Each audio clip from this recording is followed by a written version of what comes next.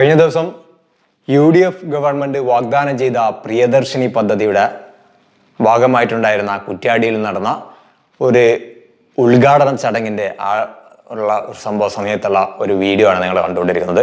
ഇതുമായി ബന്ധപ്പെട്ടുകൊണ്ട് ഈ പ്രിയദർശിനി പദ്ധതി ആവശ്യമുണ്ടായിരുന്നോ അല്ലെങ്കിൽ ഇത് ഈ രീതിയിലായിരുന്നോ നടപ്പാക്കേണ്ടത് എന്ന് നിങ്ങളെ വിലപ്പെട്ട കമന്റുകൾ രേഖപ്പെടുത്തുക.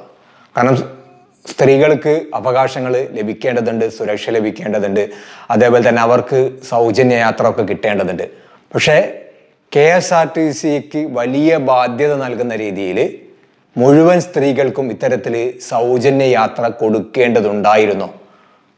ഏകദേശം ഒരു മാസത്തിൽ ഇത്തരത്തിൽ സർക്കാരിന് എത്ര കടബാധ്യത, KSRTCക്ക് കടബാധ്യത വരുമെന്ന് കൂടി നമ്മൾ ആലോചിക്കേണ്ടതുണ്ട്. അവിടെയുള്ള ജീവനക്കാർ, അതേപോലെ തന്നെ KSRTCയുടെ മെയിൻ്റനൻസ് തുടങ്ങിയ ആളുകളുടെയൊക്കെ ശമ്പളം പെൻഡിങ് ആവുന്ന ഒരു സാഹചര്യമുണ്ട് മറ്റൊരു സംവിധാനം കണ്ടില്ലെങ്കിൽ. അപ്പം അതുകൊണ്ട് തന്നെ ഇതുമായി ബന്ധപ്പെട്ടുകൊണ്ട് സ്ത്രീകൾക്ക് സൗജന്യ യാത്ര, അതായത് സ്ത്രീകളെ സംബന്ധിച്ചിടത്തോളം എല്ലാ സ്ത്രീകളും അവകാശികളല്ല. നമുക്കറിയാം, നല്ല രീതിയിൽ സർക്കാർ ഉദ്യോഗസ്ഥമുള്ള ഗവൺമെൻറ് ജോലികളിൽ കേന്ദ്ര ഗവൺമെൻറ്റിൻ്റെയും അതുപോലെ തന്നെ കേരള സർക്കാരിൻ്റെയും ഹൈ പ്രൊഫഷണൽ ആയിട്ടുള്ള ടീച്ചേഴ്സ്, അതേപോലെ തന്നെ ലെക്ചറേഴ്സ്, അതേപോലെ തന്നെ ഒരുപാട് ഉദ്യോഗസ്ഥന്മാരുണ്ട്. അവർക്കൊക്കെ ഇത്തരത്തിൽ സൗജന്യ യാത്ര നൽകേണ്ടതുണ്ടോ? അതേപോലെ സാമ്പത്തികമായി നല്ല അഭിവൃദ്ധിയുള്ള ആളുകളുണ്ടാവും സ്ത്രീകളിൽ, അവർക്കൊക്കെ നൽകേണ്ടതുണ്ടോ? സത്യത്തിൽ ഈ പദ്ധതി നടപ്പിലാക്കുമ്പോൾ അതിനൊരു മാനദണ്ഡം ഉണ്ടായിരുന്നു. സ്ത്രീകൾക്ക് സൗജന്യ യാത്ര നൽകുമ്പോൾ അത് ദാരിദ്ര്യരേഖയ്ക്ക് താഴെയുള്ള ആളുകൾ, അല്ലെ സാമ്പത്തികമായി പരാധീനതകൾ അനുഭവിക്കുന്ന ആളുകൾ, ഇനി ജോലിക്ക് പോകുന്ന ആളുകളാണെങ്കിൽ തുച്ഛമായ ശമ്പളത്തിന് ജോലി ചെയ്യുന്ന ഒരുപാട് ആളുകളുണ്ട്. പ്രൈവറ്റ് സ്ഥാപനങ്ങളിൽ 10,000-12,000 രൂപയ്ക്കൊക്കെ ജോലി ചെയ്യുന്ന എത്രയോ സ്ത്രീകളുണ്ട്. അവർക്ക്, അത്തരത്തിലുള്ള ആളുകൾക്ക്, അതേപോലെ ദാരിദ്ര്യരേഖയ്ക്ക് താഴെയുള്ള ആളുകൾക്കൊക്കെ സൗജന്യ യാത്ര നൽകാം. ഇപ്പോൾ റേഷൻ കാർഡിനെ ബേസ് ചെയ്തുകൊണ്ട് ഒരു KSRTCയുടെ ഒരു ഐഡന്റിറ്റി കാർഡ് ഉണ്ടാക്കിയെടുക്കുക എന്ന് പറഞ്ഞു കഴിഞ്ഞാൽ അത് വലിയ പ്രയാസമല്ലേ. ഇനി 10, 100, 10, 50 അതിന് ഒരു ഫീസ് അല്ലെങ്കിൽ ആ ഒരു കാർഡ് ഉണ്ടാക്കിയെടുക്കുന്നതിനുള്ള ഒരു ചാർജ് മേടിച്ചാലും സർക്കാരിന് നഷ്ടമാവില്ല. അതേപോലെ തന്നെ കിട്ടേണ്ട അവകാശികൾക്കും അതൊരു നഷ്ടമാവില്ല.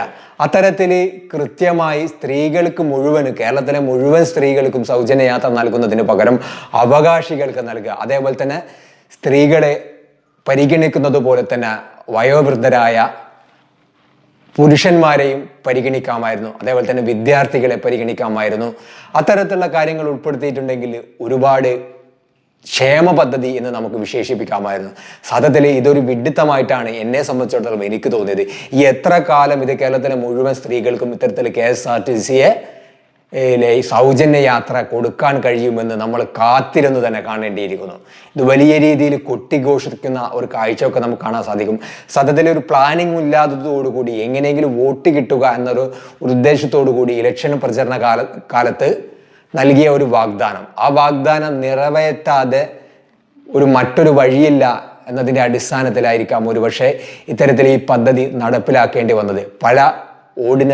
പല ബസ്സുകളും, നേരത്തെ റൂട്ടിലോടിയ പല ബസ്സുകളും ഇപ്പോൾ ഈ രീതിയിൽ സ്ത്രീകൾക്കുള്ള ഒരു യാത്രാ സൗജന്യം എന്നുള്ള രീതിയിലേക്ക് സ്റ്റിക്കർ ഒട്ടിച്ച് മാറ്റേണ്ടി വന്നതും അത്തരത്തിലുള്ള ഒരു സാമ്പത്തിക പരാധീനതയുടെ ഒരു ഉദാഹരണമാണ്.